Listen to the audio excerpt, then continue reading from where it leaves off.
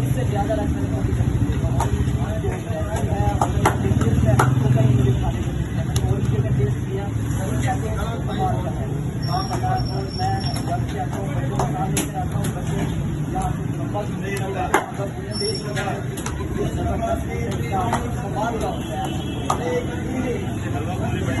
बच्चे भी मेरे साथ मौजूद है और राइट वाले छुट्टी का दिन है और बच्चे जो है वो यहाँ पर आए हुए उनके बात करते हैं। बच्चों ये बताओ कि सबसे ज्यादा नाश्ता क्या खाना होगा? नान चने। तो यहाँ से हलवा पूरी ले रहे हो, नान चने ले रहे हो? दोनों ले रहे हो। बेटा आप बताओ आप क्या कहोगी? नान चने खाओगी। तो ये बताओ बाबा के साथ आई हो? चले जी बाबा के साथ आई है। एक और बच्ची है, बेटा आप क्या कहोगी?